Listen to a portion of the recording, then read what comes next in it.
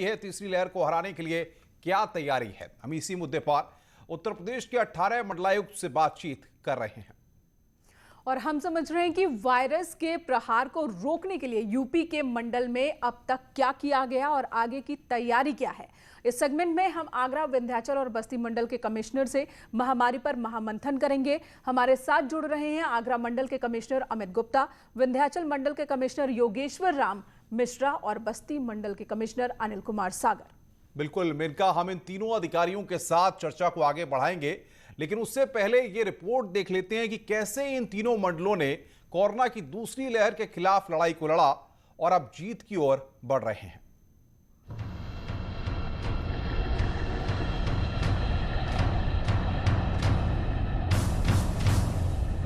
Corona पर commissioner e conclave के segment में हमारे साथ होंगे आगरा के कमिश्नर अमित गुप्ता, विंध्याचल मंडल के कमिश्नर योगेश्वर राम मिश्रा और बस्ती मंडल के कमिश्नर अनिल कुमार सागर।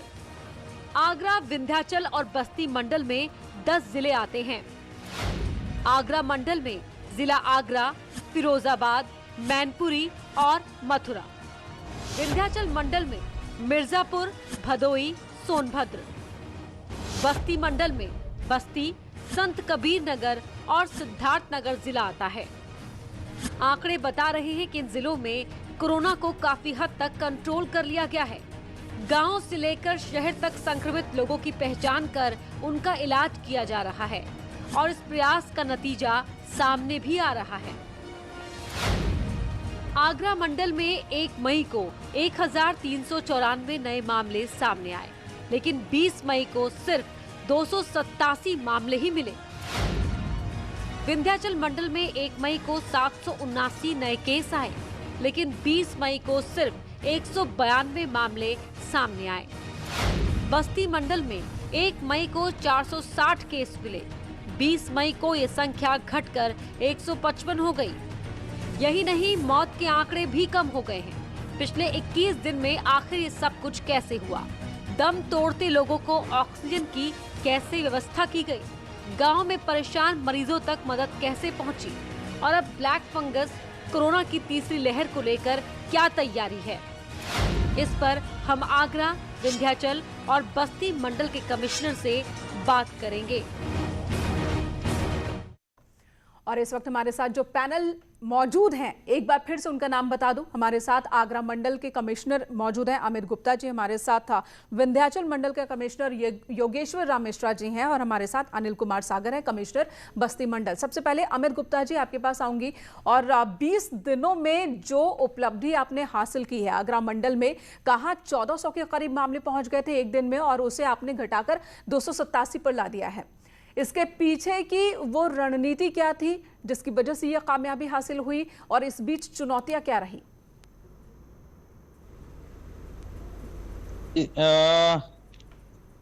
जो राज्य सरकार की ओर से रणनीति बनाई गई थी, हम लोगों के लिए स्पष्ट निर्देश थे कि हमें टेस्टिंग, उसके बाद कॉन्टेक्ट ट्रेसिंग और जो लोग पॉजिटिव आते हैं उनके ट्रीटमेंट पर ध्यान देना है। उसका हम लोगों ने, हमारे 4 जनपदों ने अक्षरशः पालन करने का प्रयास किया और उसी का नतीजा है कि एक पीक को हम लोग काफी हद तक कम करने में सफल हुए।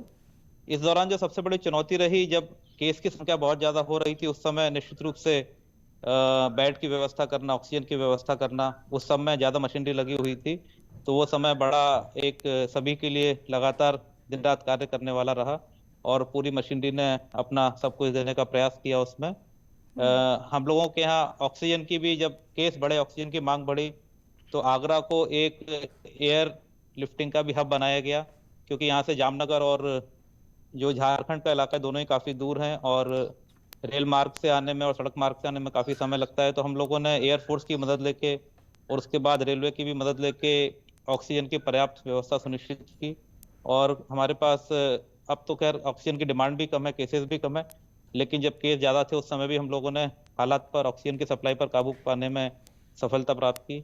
स्थानीय स्तर पर भी नए ऑक्सीजन प्लांट प्रारंभ किया गया, जिसमें भी हमने एयरफोर्स के मदद ली, आर्मी के इंजीनियर्स की मदद ली और हमने नया प्लांट एक बहुत जल्दी से शुरू किया, जिससे 1000 सिलेंडर प्रतिदिन की हमने आपूर्ति बढ़ाई। तो लगातार इस तरह के जो भी चुनौतियां हैं उनसे निपटने का प्रयास किया गया। वर्तमान में जैसा माननीय मुख्यमंत्री जी के निर्देश हैं, हम लोग अभी तक तो टेस्टिंग के बाद उसके बाद कार्रवाई कर रहे थे। अब टेस्टिंग के एक स्टेप पहले ही हम लोगों ने कार्रवाई प्रारंभ कर दी है। जो गांव-गांव में और शहर में निगरानी समितियां जा रही हैं जी। और जो भी व्यक्ति लक्षण युक्त दिखता है उसको वहीं दवा दे देते हैं, फिर उसका टेस्ट कराते हैं। मतलब टेस्टिंग का वेट नहीं करते हैं, पहले ही उनका उपचार शुरू हो जाता है और उसके बाद तुरंत टीम जाकर टेस्ट करती है और उसके अनुसार कार्रवाई करते हैं। तो उससे भी केस को कम करने में और कंटेन करने में काफी मदद मिल रही है। जी, यानी कि गांव की तरफ अब ध्यान बढ़ गया है। जी, गांव में विशेष रूप से, शहर में भी यही कार्रवाई चल रही है। मुख्य उसका उद्देश्य जो नई स्टेप प्रारंभ की, एक तो गांव की तरफ फोकस बढ़ाया है और दूसरा गांव और शहर दोनों में ही टेस्टिंग और रिजल्ट का वेट ना करके लक्षण आते ही उनको दवा तुरंत उपलब्ध करा दी जाती है। जैसे ही घर घर समिति जाती है, कोई भी व्यक्ति दिखता है कि उसको उस तरह के लक्षण है, वहीं उसको दवा उपलब्ध करा देते हैं और कंट्रोल रूम में सूचना दी जाती है और टीम उसका टेस्ट करने आ जाती है। बिल्कुल। अमित जी, सबसे बड़ी बात यह भी है कि आप वहां पर एसडीएम भी रहे हैं, सीडीओ भी रहे हैं, अब आप आगरा मंडल के मंडलायुक्त हैं, तो ये आपके अनुभवों का लाभ भी जाहिर तौर पर आगरा मंडल को यहां पर इस वक्त मिल रहा है, क्योंकि आप भली भांति उस जगह की जो ग्राउंड सिचुएशन है उसको भली भांति परिचित हैं। हमारे साथ विंध्याचल मंडल के मंडलायुक्त योगेश्वर राम मिश्रा जी भी जुड़े हुए हैं।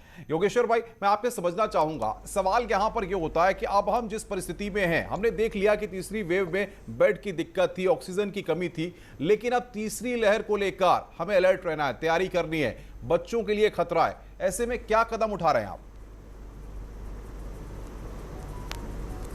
देखिए, तीसरी लहर के बारे में जिस तरह से विशेषज्ञों की शंकाएं हैं और जो संभावनाएं बताई गई हैं कि बच्चों के लिए संकट का समय हो सकता है, विशेष रूप से छोटे बच्चे जो 14 साल से कम की उम्र के हैं, तो उनके लिए हम लोगों ने अपने तीनों जिलों में अपने जिला मजिस्ट्रेट और सीएमओ से कोऑर्डिनेट करके एक हर जगह लगभग 20 से 25 बेड का एक एक्सक्लूसिव बच्चों के लिए, जिसको पीकू बोलते हैं, पीडियाट्रिक आईसीयू की व्यवस्था कर रखी है।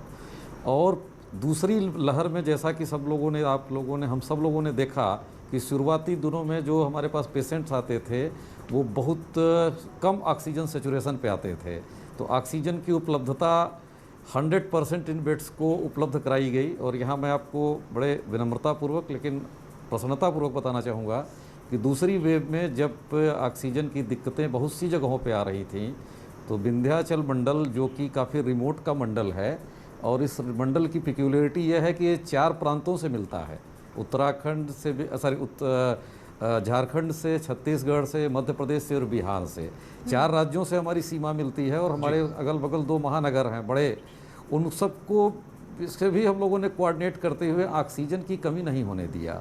और इस बीच में जहाँ पे एक और हम लोग एग्रेसिव ट्रैकिंग ट्रेसिंग पे काम करते रहे और ऑक्सीजन की अवेलेबिलिटी पे काम करते रहे, साथ ही साथ हमने एक पूरा एनालिसिस की कि हमको आगे का परसेप्शन कितना है, कितने बेड और उसके लिए कितनी ऑक्सीजन और कितने रिसोर्सेज की ज़रूरत पड़ेगी, तो उसका भी मैनेजमेंट हमारा साइमल्टेनियसली हो चुका है। और पहली बात तो प्रार्थना करेंगे कि कोई थर्ड वेव जैसी वेव ना आए, लेकिन अगर ऐसी संभावना होती है तो उसके लिए जितने भी प्रिवेंटिव तैयारी और जितना भी उससे लड़ने की ज़रूरत है, उन संसाधनों को हम लोगों ने राज्य सरकार के निर्देश में, राज्य सरकार के सहयोग से और हमारे स्थानीय प्रशासन, हमारे जनप्रतिनिधियों और आप सबका भी बहुत सहयोग मिला, सबके सहयोग से वो व्यवस्थाएं हमने मंडल के तीनों जनपदों में कर रखी है। योगेश्वर जी, लेकिन आपने पहले से ही, मैंने देखा कि 2-3 गुना बेड बढ़वा दिए अपने मंडल में, साथ ही साथ आप पीपीई किट पहनकर खुद जो है वार्डों में गए, मरीजों से उनका हालचाल पूछा, सोनभद्र को लेकर के आपने खास तौर पर रणनीति तैयार की।